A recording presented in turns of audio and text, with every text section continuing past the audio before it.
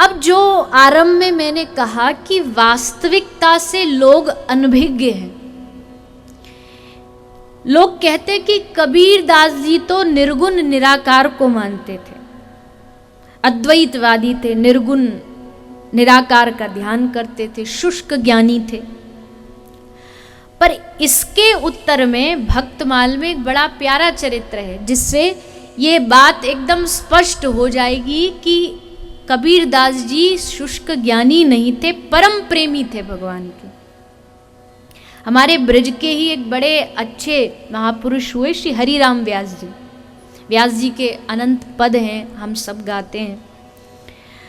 तो हरिराम व्यास जी सत्संग कर रहे थे, तो सत्संग करते करते हरिराम व्यास जी ने ये कह दिया, अरे कबीर दास जी तो ज्ञानी थे, वो भला निकुंज लीला क्या जाने, प्रिया प्रीतम की क्या लीला होती है कबीर दास जी को क्या पता। ऐसा उनके मुख से निकल गया। अब बोल तो दिया। अब शाम को आए, अब उनका नियम था व्यास जी का नित्य ध्यान करना, राधा माधव का लीला का दर्शन करना।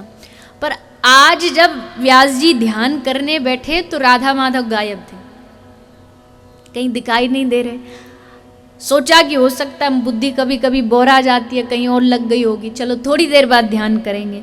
थोड़ी देर बाद फिर प्रयास किया एकाग्र होने का, फिर कोई ध्यान नहीं, कोई लीला दर्शन नहीं।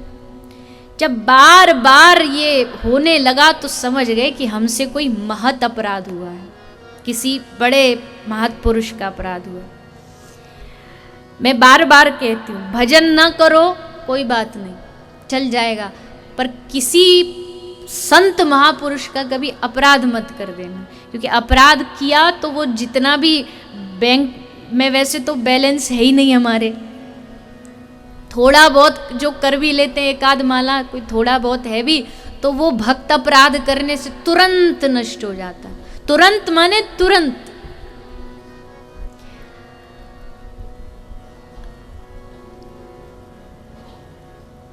एक कोई रुई का पहाड़ हो तो उसको जलाने के लिए 2-3 घंटे नहीं लगते हैं, बस एक तिल्ली लगाओ, एक क्षण में पूरा की पूरा जो आग के उस अंबार में पूरा जल जाएगा।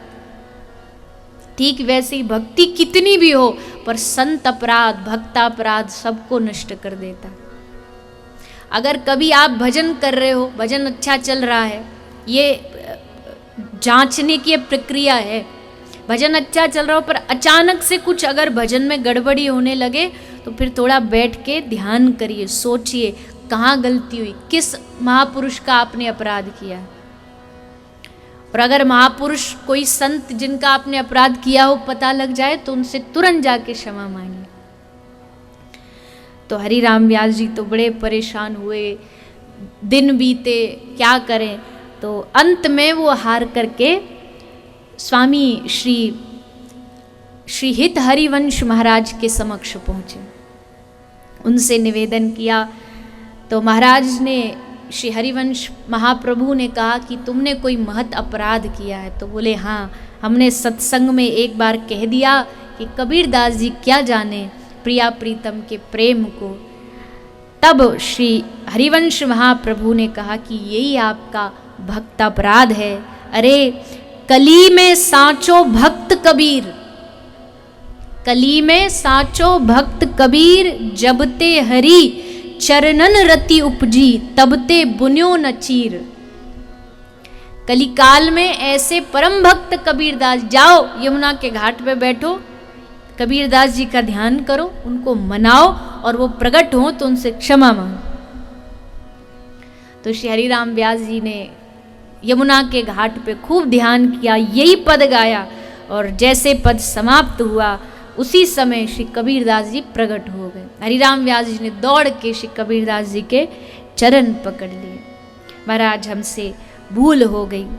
कबीरदास जी ने कहा कि हाँ, माना कि हमारी रचनाओं में लीला रस ज़्यादा नहीं है, पर भगवान सबको अलग अलग वस्तु के लिए चुनते हैं। व्यास जी आपको चुना भगवान की लीला गाने के लिए, सूरदास जी को चुना उनकी लीला गाने के लिए, हमको चुना है भगवान ने कुछ जीवन की वास्तविकता बताने के लिए। हम वही अपने पदों में गाते हैं। कबीरदास जी के खूब सुंदर सुंदर जीवन जीने के लिए क्या करना चाहिए, ऐसे पदों का कबीरदास जी ने गान किया है। भक्तमाल में लिखा है भक्ति के 5 रस हैं, शांत रस, दास्य, वात्सल्य, माधुर्य रस, सख्य रस। इन 5 रसों के पद भी कबीरदास जी ने गाए हैं। उदाहरण, शांत रस, हेरत हेरत हे सखी रहा कबीर हिराई, ये शांत रस का पद लिखा है। दास्य रस, कबीर कहते हैं मैं गुलाम मोही बेची गुसाई, तन मन मेरा राम जी के ताई। मैं दास मतलब दास्य रस आ गया, उनके दास का भाव आ गया। सख्य रस, सखा के भाव में पद लिखा, कहे कबीर यह हेत विचारा, यारब यारब यार हमारा, ये हो गया सख्य रस, सखा का भाव। फिर वात्सल्य रस में कहते हैं पूत प्यारो बाप को, वात्सल्य भाव आ गया।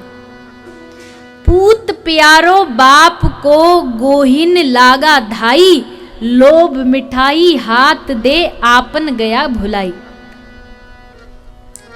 और अंत में श्रृंगार रस, श्रृंगार रस में लिखते हैं हरि मेरा पीव मैं हरि की बहुरिया,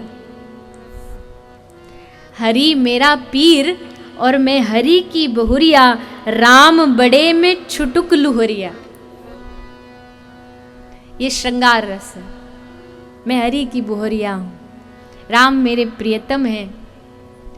ये भाव है कबीरदास जी का। जो लोग कबीर कबीर गाते हैं ना, सुनिए,